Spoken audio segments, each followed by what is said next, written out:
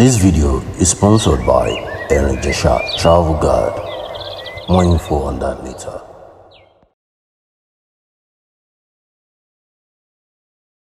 The third. Have you seen it? 1T3. You've seen it? Yes. So what do you think about it? Yeah, the third is very great. I mean, really, it's a very high, nice. It's like a, it's like a really high waterfall. It's very clear, so it's good to go there.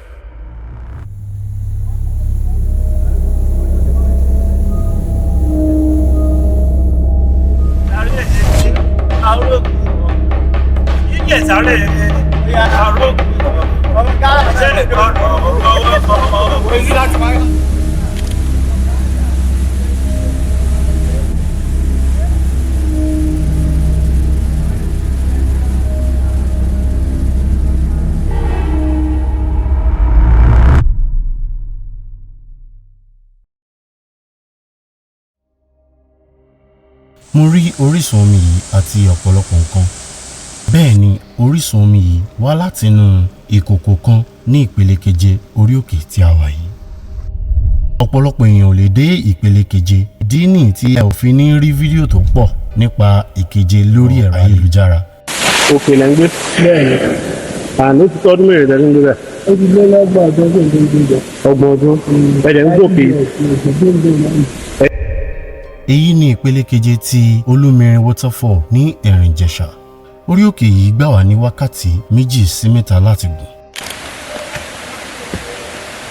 Sorry man, this is Erin Ijesa Waterfall. We're going to stage 4.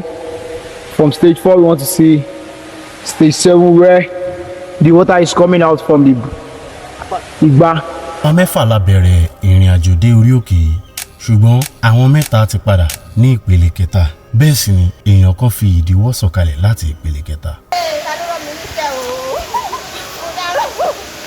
Nítòótọ́ mi ò mọ nǹkan kan nípa Olúmirin Waterfall kí a tó bẹ̀rẹ̀ ìrìn àjò yìí. Bẹ́ẹ̀ ni mi ò mọ ohun tí mo lè bá pàdé pẹ̀lú. Ṣùgbọ́n èròǹgbà ọkàn mi ni láti rí ìkòkò tó jẹ́ orísun ìsun omi yìí. Bó tiẹ̀ ṣe pé sítórì yìí ò parí síbi tí mo fẹ́ kó parí sí. Oye ìgbà tó. Mo ti waste energy ní stage 3. Ibi tí mo ti náà ní. Ṣùgbọ́n ẹ gbà mí láyè láti fi hàn yín bí ìrìn àjò náà ṣe bẹ̀rẹ̀ láti ìpele kìíní títí dé ìpele keje ohun àdáyébá yìí.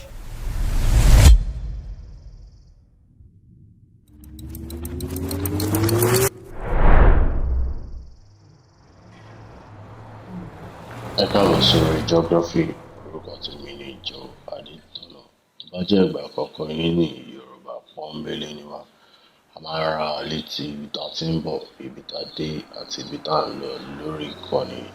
Kí ìtàn Yorùbá òtítọ́ àti òdodo má bàa parun la fi dá ìkànnì sílẹ̀. Nítorí pé a máa ń wá ìtàn gidi lọ sí orísun rẹ̀ gangan. Irú ẹ̀ náà ni nǹkan tí a fẹ́ ṣe ní fídíò yìí.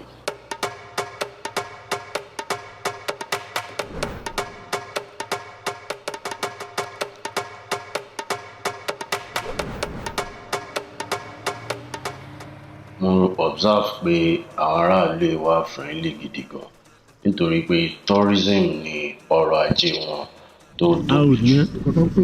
Àwọn kó a ní nǹkan tó ti so. Tẹ bá mi ra drinks, tẹ bá rí waterfall, ṣe gbọ́. Àwọn oúnjẹ la fún mi ní ìlànà wa ní sọ. Small size lélẹ̀. Ṣé kí la mú big size wa? Public size wa. Mi ní àwọn gbọ́sà. 1,000 naira ní gate fee tẹ́ bá ti dé Erin Ijesa. Bẹ́ẹ̀ sì ni tí ẹ̀yin bá gbé kámẹ́rà bí drone dání, wọ́n tún ní iye tó máa charge yín lọ́tọ̀ fún yẹn. Ṣùgbọ́n ẹ mọ bẹ́ẹ̀ ṣe máa negotiate. Kété tí ẹ bá ti wọlé, àfihàn bí ìkòkò tí omi náà jáde láti inú ẹ̀ ó ṣe rí. Òun náà ni eléyìí tẹ́ máa kọ́kọ́ rí bí ẹ bá ṣe ń wọnú Erin Ijesa Waterfall. Bí ẹ bá ṣe rìn síwájú díẹ̀, lẹ́rìí tí wọ́n fi pàdé wa. Ní ìmọ̀ bóyá every time ló máa ń ṣe lé, ṣùgbọ́n mo rí gẹ́gẹ́ bí nǹkan tí ó múnú mi dùn gidigidi gan.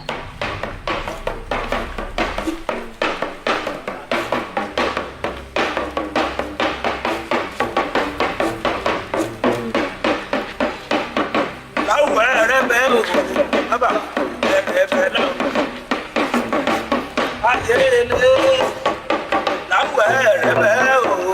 Yeah, record, Brian.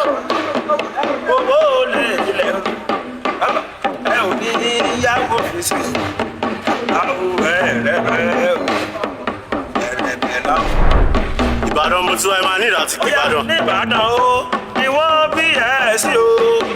Ìbàdàn o ni wọ́n bí ẹ sí o. Bàbá tirẹ̀ pẹ̀lú wọn ló nílẹ̀. Bàbá tirẹ̀ pẹ̀lú wọn ló nílẹ̀. Ìbàdàn o.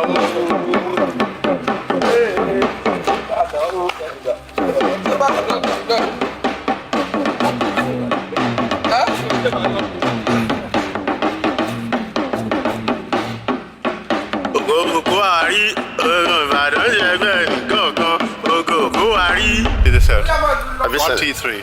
You've seen it? Yes. So what do you think about it? Yeah, the third is very great. I mean, really, it's a very high, nice. It's like a, it's like a really high waterfall. It's very clear, so it's good to go there. And I can recommend. You can recommend? Of course. Oh, thank you very nice. much. All right, it's first to come to from Germany all the way here to see the waterfalls. Thanks. You're welcome.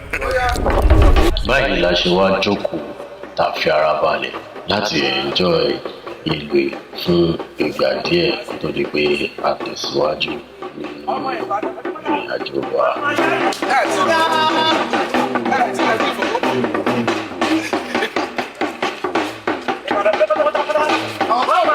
Ká sọ wípé a mọ táàsì tó wà wájú wa ni a ní waste time láti ọkọ̀ máa jóná ṣùgbọ́n ẹ jẹ́ ká tẹ̀síwájú nínú ìrìn àjò yìí nítorí pé àti ẹ̀ tí ì dé first level tí ó ti rẹwà gidigidi kan. Yes, ó kù díẹ̀ ká dé number 1 sìn ọ̀rẹ́ ni mò ń wò níwájú mi ṣùgbọ́n tẹ́ bá ti ń bọ̀ ń bì ẹ máa mọ̀ pé àwọn kòkòrò kan máa kùn yín tẹ́ bá rí wọn pọ̀sùn kẹ́ máa rí wọn lójú kámẹ́rà wọ́n máa kùn yín lóbìnrin orúkọ àwọn ìkòkò yẹn àwọn kòkòrò yẹn and ìfunfun ní Yorùbá ń pè orúkọ àwọn kòkòrò yẹn so wọ́n kùn mí seriously níbi tí mo dé number 1 ni mo wọ́n bí so ẹ jẹ́ kí n fi hàn ibi ìbẹ̀ ṣe rí.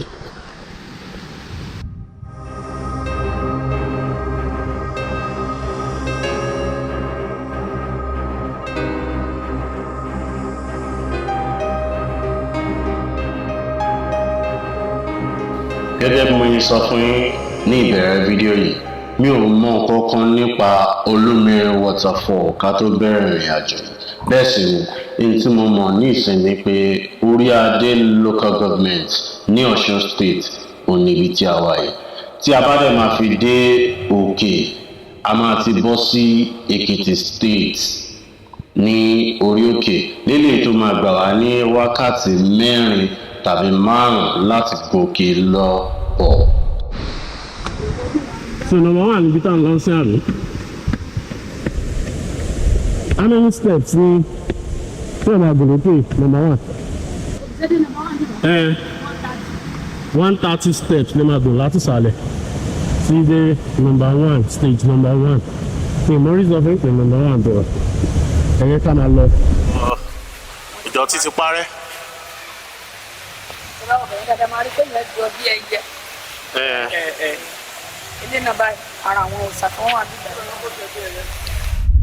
Ìpele kìíní ni ibi tí a wà yìí wọ́n kàn ya àwọn òòṣà tí wọ́n ń sìn níbí báyìí ṣùgbọ́n kété tí ẹ bá wo ọ̀kan lè máa ti rí ìpele kejì. Òkè lẹ́ ń gbé bẹ́ẹ̀ ni àná ti tọ́dún mẹ́rin lẹ́nu gbé bẹ́ẹ̀. Ó ti lé lọ́gbọ̀n ọdún tó ń gbé jọ. Ọgbọ̀n ọdún ẹ̀dẹ̀ ń gòkè ẹ̀dẹ̀ ń gùn lọ. Kí làwọn nǹkan tó wà nínú àbá yẹn? Kòkó ń bẹ̀rẹ̀, òbí ń bẹ̀rẹ̀, orógbó ń bẹ̀rẹ̀, ọsàn ń bẹ̀rẹ̀, ọ̀pẹ ń bẹ̀rẹ̀, èsì nǹkan bẹ̀rẹ̀ adéjọ bẹ́ẹ̀. Kí èsì ń bẹ̀? Kí èsì ń bẹ̀? Adìẹ ń bẹ̀rẹ̀, ìdílé ń bẹ̀rẹ̀. Kí lẹ ló wà ń bẹ̀? Adìẹ ń bẹ̀rẹ̀, ìdílé ń bẹ̀rẹ̀. Báwo náà yìí débẹ̀? Báwo náà yìí débẹ̀? Yóò Ọlọ́run ṣàánú wa, ọ̀rọ̀ ajé yàn lápá débẹ̀. Nígbà tí a rí àwọn èèyàn wa tí wọ́n wá sí bíbá ìpè tí wọ́n á mókè níbo ni wọ́n ti ń gbé wá mọ̀ ìtọ́jọ́ ní ìgbádùn bí ara rẹ̀ ń jẹ́ báyìí tó bá ní káwa ní ìkàdùn àwọn náà bá gbéra adébí orí àpáta bàbá dúró tó bá ní ilẹ̀ ní ká mú oko lójú ìgbà bàbá mú oko lójú ẹ̀ bàbá ń gbé bẹ̀. ìgbà tó yá bàbá fẹ́ rójú ọ̀nà mọ́ bàbá rí bàbá kan á pé ní bàbá òtóbìlì sí ẹ̀fọn àlàyé ló ti wá ń tiẹ̀. ẹ̀yin ọmọ mi nílẹ̀ ń ṣe ń bíbà ìlú ò tó dá ẹ̀ka lọ lílà èrò pọ̀ ní ìjàn àbára tẹ̀lé lọ ìgbà tá a dọ̀hún òtóbìlì sí bá ní ilẹ̀ níbi ẹ bá lè kọ́ lédè ọmọ pọ̀ tó. ìpele kejì yóò nira láti dé bẹ́ẹ̀ sì ni a bá ọ̀pọ̀lọpọ̀ èèyàn níbẹ̀ pẹ̀lú àwọn ọmọ wọn tó ń ṣe picnic ṣùgbọ́n ìpele kejì omi rẹ̀ waterfall ga ní ìwọ̀n mítà 20 ṣùgbọ́n ọ̀pọ̀lọpọ̀ èèyàn ibi tán máa ń lè dé nítorí pé ọ̀nà lọ sí ìpele kẹta ó jìnnà gidigidi gan. Number 7 níbi ohun tó ti ń jáde ibẹ̀ ló tún padà wẹ òòṣà yẹn. wọ́n wá ń tírèsì pé bí omi yẹn ṣe ní steps. wọ́n wá ń tẹ̀lé díẹ̀ bẹ́ẹ̀. bí ìbẹ̀rẹ̀ wà ní number 3 nìyẹn. níbí ni ọlọ́mbrẹ́là wa ti mọ̀ pé ẹrù lòún rù ní ìgbà tó dalẹ̀.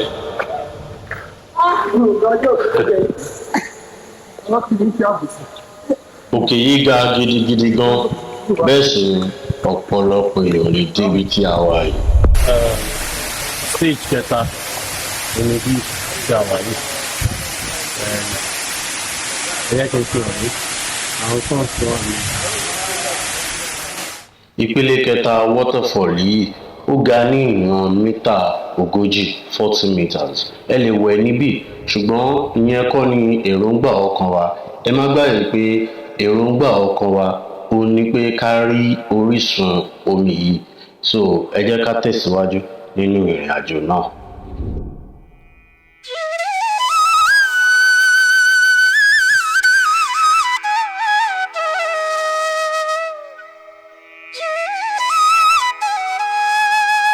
Sorry, man. This is Erin Ijesa Waterfall. We're going to stage 4. From stage 4, we want to see stage 7, where the water is coming out from the Igba. Can you speak to us? What's your experience here, man? This place is tough. We need to be iye meters that were above the sea. I need to find out. Then I have to send a video. I have to go take video. Am I prepared for you? I can't get started.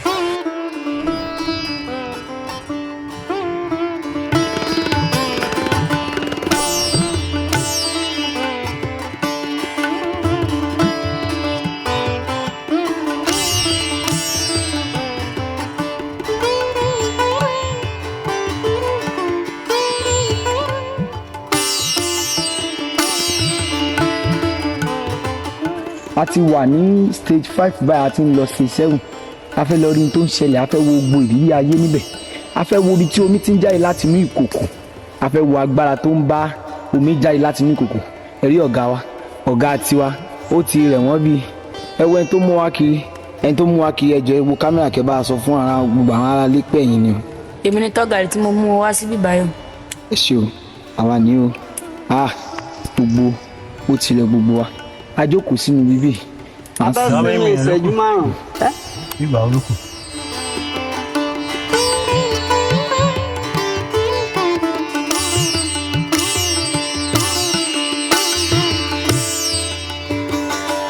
Actually, number 4 láti yà last. A máa ní láti skip number 5. Ká lè ní energy àti dé number 7 ni. Ọ̀nà number 5 lílé. Easy. Ṣùgbọ́n ẹ mọ̀ nǹkan tó máa ń sọ lédè Gẹ̀ẹ́sì mi. Wọ́n ní risk it for the brisket. And I'm going to risk this. Yeah, let's go. nǹkan kan wà tí mo fẹ́ kẹ́ kíyèsí láti ìpele kẹta ó ní pé kò sí step láti ìpele kẹta títí dé ìpele keje a máa ń gbá igi mú láti fi rìn.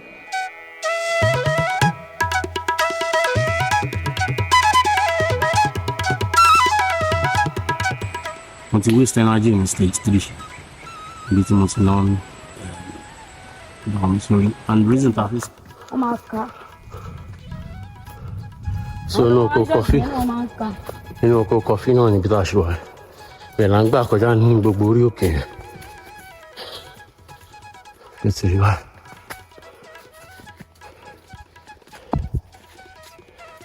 Best camera person wa ni òun ló jíńjà wa ta fi dé ogbó bí àti energy saver mi òun ló fọwọ́ tì mí nídìí.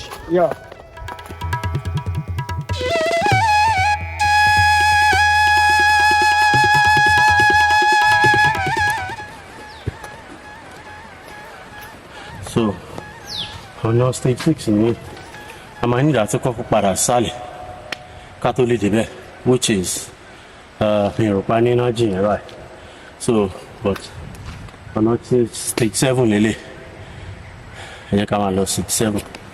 Ìpele tó kẹ́yìn ní ibi tí à ń lọ yìí ẹ sì máa ń gbàgbé pé orí ìpele gangan ni kòkò tí à ń sọ yìí wà. Ibẹ̀ ni orísun omi tí a ti ń rí láti àárọ̀. Ẹ jẹ́ ká máa lọ. Àwọn tá a bá ti wá dábàá ẹ ti lọ sí number 7. Final stage là ń lọ báyìí. Ok káwá nírọ̀lẹ́ ẹni kí ló máa ṣẹlẹ̀. Ẹ máa rán àwọn arábà tí wọ́n máa darí bọ̀. Lọ síbo. Wọ́n máa lọ sí gbòòrò. Kí ni wọ́n lọ ṣe ń gbòòrò. Ẹni tó máa lọ sí kí ẹni tó dẹ̀ fẹ́ lọ tajà ẹni tó dẹ̀ fẹ́ lọ tó lọ sí ṣọ́ọ̀bù tó fẹ́ lọ rajà wá sí lùwá sábà. Táwọn èèyàn gbé bẹ̀ ni. Ìbá yìí máa débẹ̀. Ọ̀yà ẹ já lọ. Bàbá ìgbà ẹ̀fọn àlàyé wọlé pọ̀jù ní ìjà ni.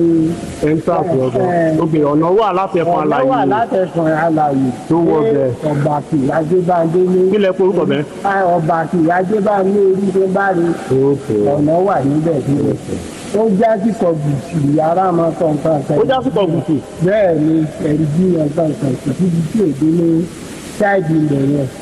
Pọ̀tù ní ìgbà ni orí tó ń bá rí wa. Ṣé máa sọ ìtàn díẹ̀ nípa odò ìwà ìtàn? Ṣé rí ìtàn gbígbà tí sọ díẹ̀ ìtọ́kọ̀ ìṣẹ̀lẹ̀ gan ni pé tó kílà kan gbé rọra mú. Tó kí hàn. Tó ṣẹlẹ̀ ni pé ọdẹ làwa ṣe ní ẹsẹ̀ dé bíbà yìí. Tí a fi wá yìí, a fi wá sí gbogbo tó yẹ ṣe dé bíbà yìí. Ọdẹ ni ó dẹ̀gbẹ́ dé bíbà lórí. Ẹran kan ni ọ̀rí kìkú ni ọ̀rí jàlọ ni ọ̀rọ̀ ọ̀ráwọn ẹ̀yà ni ọ̀ráwọn gbogbo ta ni bó ṣe rí sórí gbàǹgbàǹkù ní bẹ́ẹ̀ni kẹ́rẹ́ tó bá dojú lọ ló dájú lọ sí kan. Orí òkè keje náà níbi tí a wà yìí ní ìgbà tí mo wo ẹ̀rọ ayélujára ibíbà ẹ̀ga ní ìwọ̀n bàtà 1000 kan oríṣiríṣi nǹkan ló sì wà ní orí òkè yìí bí oko kọfí oko bíi àti. CAC kọ́ wà ní ibi tí a wà yìí bẹ́ẹ̀ sì ni ẹ máa rí pé wọ́n tò oríṣiríṣi òkúta ni wọ́n tò jọ iye ìgbà tí èèyàn bá ti wá sí orí òkè ló gbọ́dọ̀ fi tò òkúta. So ibi tó ti máa òkúta yẹn nìyẹn àní iye ìgbà táwọn èèyàn ti wá síbí òun lè ń wò tó pọ̀ yìí. ṣé kì í tán ni. òun lè ń yẹn. So everybody mọ iye ìgbà tóun ti wá síbí. This is the first time I'm going to be here. No, this is the second time actually. But this is the first time I'm going to be taking this stone and putting it down here. Yeah, put it down. Fi sẹ́gbẹ̀ẹ́ gbin yẹn so next time tó bá wà wá lè mọ̀ pé bẹ́ẹ̀ ni. So àwọn èèyàn máa ń wá bí wá ṣe prayer ara àwọn kan tó máa ń ṣe náà ni and cameraman wa will not decide how to ṣe prayer. So daddy a fẹ́ béèrè nǹkan lọ́wọ́ yín so bẹ́ẹ̀ ṣe ń bọ̀ nísìnyí ibi tẹ́ máa gùn níyì ìgbà tẹ́ ẹ̀dẹ̀ tún lọ sí gbogbo òkè yẹn tá a lọ sórí àpáta yẹn a discover nǹkan kan níbẹ̀ tó jẹ́ pé ó dàbí àwọn kan tún máa ń lọbẹ̀ láti lọ jọ́sìn níbẹ̀ a dẹ̀ tún á débì kan wọ́n fi òkúta wọ́n fi yíbẹ̀ ká so wọ́n ní pásítọ̀ tó wọ́kọ́ gun orí òkè yẹn wá láti wá gbàdúrà pé bẹ́ẹ̀ ni wọ́n ti sí ẹjọ́ ẹ ṣàlàyé ẹ̀ fún wa. òkú pásítọ̀ kan jẹ́ ti síbẹ̀. ok ìjọ kàtẹ́ lẹ̀jẹ̀ ni pé èmi bí ẹnìkan tí mo ní pásọ̀ ló jẹ mi. èmi ni táyọ̀nù ọlápọ̀ láti Ọ̀yọ́ State ni mo ti wá sí ìgbà ẹ̀ mo ti wá mọ́kò ní èmi wọ́n yìí ṣe olórí sí ìgbà ẹ̀ láti ọ̀bàtò sí ẹ̀rẹ̀jẹ̀gà waterfall. tó ṣẹlẹ̀ gan ni pé ṣọ́ọ̀ṣì yẹn àwa tá a dá lẹ̀ náà wá ti kọ́ ọlọ́ọ̀bá ló dá lẹ̀ lẹ̀ ìta ìdá lẹ̀ lẹ̀ ni pé máa yẹn wá láti ìlú èdè àtòpá sí ìlú ti wá ó dẹ̀ sọ láì pé ìfẹ́ dájọ́ sílẹ̀ pé láti ìlú èdè ìgbàlẹ̀ ti sọ fún un pé òkè tó bá ti lágbára jù láyè ìgbẹ́ni kò ti lọ rẹ̀ yìí ṣe ìjọ́sìn kó máa lọ sí orí òkè níbẹ̀ gbàtọ́ lọ sí tó tó dé nígbà àti olórí ọ̀dọ́ pé ó máa rí lẹ̀ bọ́lọ́ọ̀sì tó tó rí lẹ̀ ó ní sẹ́yìn tàló wá àti sẹ́yìn tàló àtọ̀kan lè fi ìtọ̀ lórí ṣùgbọ́n ọ̀gá tó bá tẹ̀lé ẹ̀jẹ̀ ni pé kí lọ fẹ́ pàwọ́ gan ó lè ní ìsan tó lè fa gbèrè ọ̀fẹ́ lọ orí ọ̀fẹ́ náà sì bàbá náà jẹ títí láéláé. méjì jẹ́ bí kàn síbẹ̀ jẹ́ rọra mọ bí àgbélébùú pásọ̀ ti dúró ni. pé náà kò sí ẹlẹ́bọ̀dì. òyìnbó tó fẹ́ tó wà mọ́ sínú tóbi tú èrè ní ọmọ sáàrin gbígbọ́ owó yìí ẹ̀rí tó blọọ̀kì kan lẹ́yìn ìlọ́ọ̀kì. bẹ́ẹ̀ni. èrè ni. kí ló ń jẹ́ èrè? èjòlá ni wọ́n pe sílẹ̀. ìní ẹ̀sìn síbẹ̀ kílódé wọ́n sì díẹ̀ sí ọ̀hún wọn àfẹ́ kó wàhálẹ̀ láti wá ọmọ ìrìn àlejò ìdíjẹ́ sí òyìnbó ìṣirò tí a mọ̀ pé rí làwọn òyìnbó máa lò àwọn aṣọ náà ni olóyún ẹlẹ́ lọ́ọ̀kan níbi sílẹ̀ǹtì òyìnbó yẹn ní ẹ̀sìn síbẹ̀ ó ìdílé lọ́gọ́ta ọdún tí ẹ ti sí òyìnbó sí ibẹ̀ yẹn ó jábọ́ láti ìlú sí ìbẹ̀lẹ̀ ló borí gbálẹ̀ lójú ṣéǹtì ó jẹ́ bí ààrẹ ṣiṣẹ́. ẹ ṣe gan tán ẹ ṣe sà adúpẹ́ lọ́wọ́ yín àgbà ó dálẹ̀ o.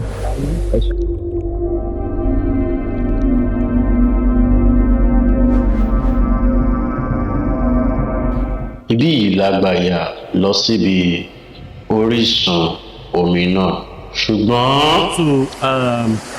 ọ̀rẹ́ mi kí lórúkọ ẹ. Michael. ibi báyìí ni Michael sọ pé òun lè mú wa dé nítorí pé ó di èèwọ̀ láti dé ibi tí ìkòkò náà wà ó sọ fún wa pé ibì kan níbẹ̀ yẹn ni ìkòkò wà ṣùgbọ́n ó ti di èèwọ̀ nítorí pé ní ìgbà kan rí àwọn òyìnbó kan wá síbì wọ́n wá jí ìkòkò ibi tí inú ìkòkò ni omi yìí ti ń ṣàn jáde so wọ́n wá jí ìkòkò náà gbé ìgbà tí wọ́n jí ìkòkò náà gbé wọ́n fẹ́ máa gbé lọ ní stage 1 helicopter kan wà níbẹ̀ wọ́n ti ju okùn sílẹ̀ ní stage 1 ta ọkọ̀ fi hàn ní ìbẹ̀rẹ̀ fídíò yìí wọ́n ti ju okùn sílẹ̀ ìyẹn kọ́ dẹ̀ máa gbé lọ ni wọ́n wọlẹ̀ ní ìkòkò wà níbẹ̀ so wọ́n ṣe orò àbí wọ́n dá ìkòkò padà síbẹ̀ so àtìgbà yẹn ló ti di èèwọ̀ fún ẹnikẹ́ni láti dé ibi tí ìkòkò wà ibi tá a dé gan ó ní wọn kì í débẹ̀ àbí. kò sí ẹnìbọ̀dì tó lè débẹ̀ láì tó ọlá pé èmi tí mo mú wá ni. kò sẹ́nì kankan tó lè dé gbogbo ibi tá a dé yìí so mo rò pé a ti gbìyànjú àwa náà wíṣì kárí ìkòkò yẹn ṣùgbọ́n a mọ̀ pé inú ìkòkò ni omi tó ń jáde tó ráwọn èèyàn ti débẹ̀ ní ọ̀pọ̀lọpọ̀ ìgbà so kò ní jù báyìí lọ lẹ́nu lórúkọ tèmi ni Jo Adétọ̀nà. my name is Oyèbámijí Michael. kí ni nọ́mbà ẹ fẹ́nikẹ́ni tó bá fẹ́ wá síbí. 070 34 63 48 45. lẹ́ẹ̀kan sí. 070 34 63 48 45. and ẹni tó dẹ̀ wà behind the camera òun ni. Damije orúkọ mi ni Adésọjí Ọládé bọ́ gbogbo èèyàn mọ̀ mí sí Damije photography èmi ni mo ti wà ní abẹ́ kámẹ́rà tí a ti ń wo fídíò láti àtàrọ̀ pàtí dédé ibi ni wọ́n ń pè ní stage 7 ibi tí ẹnìkan kì í dé gẹ́gẹ́ bí nǹkan tá a gbọ́ lẹ́nu ẹni tó mú wa wá síbí ó ní pé a lè fojú rí ibi tí ìkòkò náà tí omi ti ń jáde nínú ìkòkò torí pé ibẹ̀ ti di èèwọ̀ ó ní handle mi ní Damije photography fún Instagram fún Twitter mi pé ní Damije. mo ṣe ìwé pélébé fún ẹnikẹ́ni tó bá fẹ́ rin irú ìrìn àjò yìí mo kọ gbogbo ewu tó wà ní ibẹ̀ àwọn nǹkan tí ojú mi rí tí mi ò lè sọ àwọn nǹkan tó yẹ kẹ́ ẹ mú dání tí ò ní jẹ́ kó rẹ̀yìn tí ẹ bá débẹ̀ bẹ́ẹ̀ ni ẹ sì lè dáńlóòdù rẹ̀ ní orí Patreon page wa líǹkì rẹ̀ wà ní inú description box bẹ́ẹ̀ ni ẹ̀yin náà sì lè join ìkànnì yìí ẹ kílìkì join ní ìsàlẹ̀ yóò sọ fún yín kẹ́ san ìwọ̀nba owó kékeré kan tẹ́ ẹ lè san fún wa láti lè máa fi jẹ́ ká máa mú irú àwọn fídíò wá fún yín lẹ́kùnrẹ́rẹ́. ẹ̀kọ́ kan tí mi ò lè gbàgbé nípa ìrìn àjò yìí ni wípé nǹkan kí nǹkan tí a bá fi ọkàn sí a lè achieve rẹ̀ nítorí pé ní ìpele kẹta mi ẹ bá rò pé mo lè make ẹ̀ dé ìpele keje ṣùgbọ́n wíwọ́ fífà mo débẹ̀. fídíò yìí ò tí parí nítorí pé a ti sọ ìtàn olómirin ní eléyìí tó túmọ̀ sí olúwa mìíràn ṣùgbọ́n ẹ subscribe sórí ìkànnì yorùbá pọ́nbélé ni wá a máa ń ra wa létí ibi tá a ti ń bọ̀ ibi tá a dé àti ibi tá a ń lọ kí ìtàn yorùbá ògidì má bàa parun la fi dá ìkànnì sílẹ̀. bẹ́ẹ̀ sì ni orúkọ tèmi ni Jo Adétọ̀nà ǹjẹ́ kó tó dìgbà míì ẹ má gbàgbé láti fẹ́ràn ara yín jọjọ ó dàbọ̀. fídíò míì tí mo fẹ́ kẹ́ wò ló ń jáde lójú screen yìí ẹ wò mo sì mọ̀ pé ẹ ní regret pé ó dàbọ̀ lẹ́ẹ̀kan sí i. Bye.